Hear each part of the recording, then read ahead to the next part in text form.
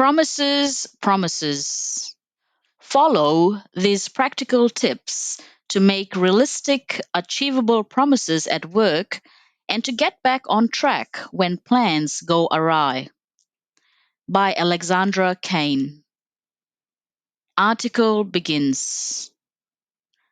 Waiting on someone else to fulfill a business obligation only to be let down is a familiar experience for most people in the workplace.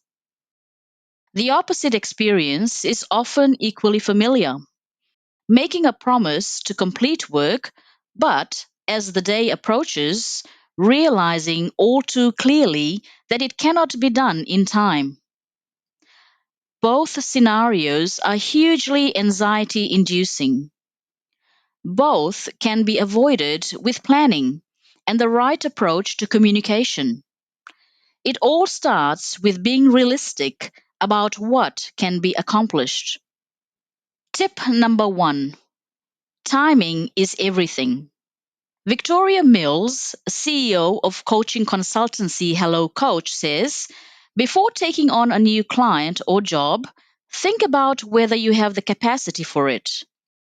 Don't promise anything you can't deliver. If you don't have the time to do a task properly, then you're not the best person for the job. Don't be afraid to say that.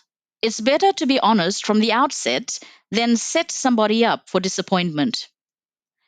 Business strategist Andrew Griffiths says the risk is that you will do untold reputational damage if you repeatedly fail to keep your promises.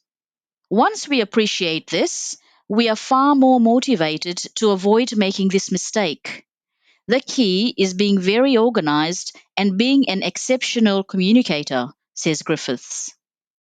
It's also important not to take on work you don't want to do or that you are doing only because you think you should.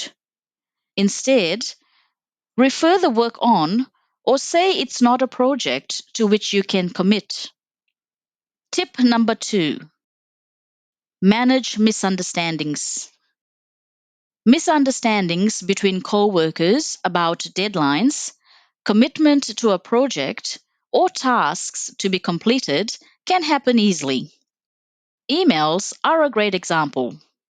Some people respond to emails immediately, while others take their time. If you fall into the first category, those in the second may seem rude or unresponsive if they don't fire off a reply immediately. However, people may simply have different communication styles. Sometimes people need a bit of time to form their views or come up with ideas, says Victoria Mills.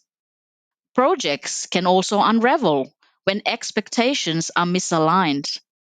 The more time you take to agree on expectations before a project starts and confirm these in writing, the less likely it is that issues will arise later.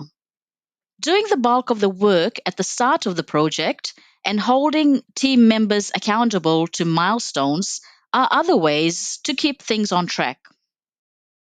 Tip number 3: know when to say no.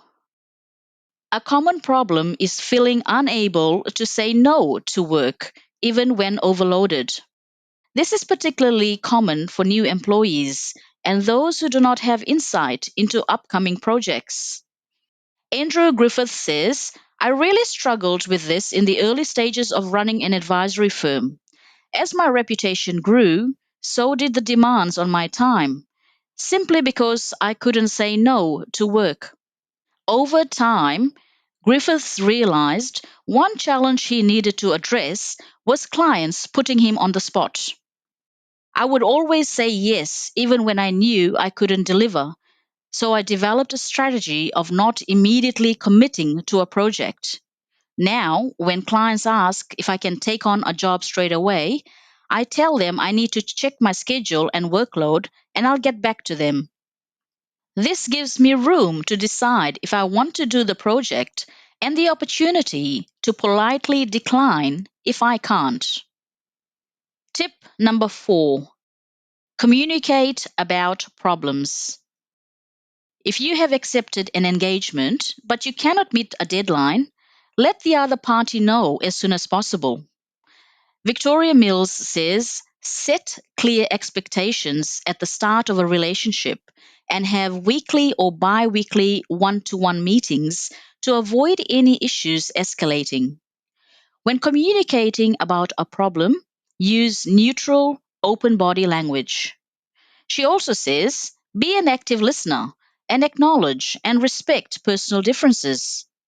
If there are roadblocks with a project as it progresses, it's a good idea to explain the problem, apologize, and give the client options for moving the job forward.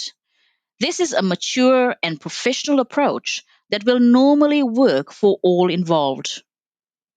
Tip number 5, be honest. Global CEO and founder of Ignite Purpose, Christina Foxwell says, you should not be afraid to renegotiate if a project goes awry. She says, you're only human and sometimes you will face challenges. Rather than avoiding the problem or overcompensating, have an honest conversation about what's happened. Don't lie, make up a story, or blame others. People appreciate honesty. While it may be tough, telling the truth in a difficult situation is the best way to maintain trust and authenticity. Then you can collaborate to handle the setback, which will ensure you maintain the relationship short term and into the future. This is the best way to demonstrate your professionalism and build goodwill over time.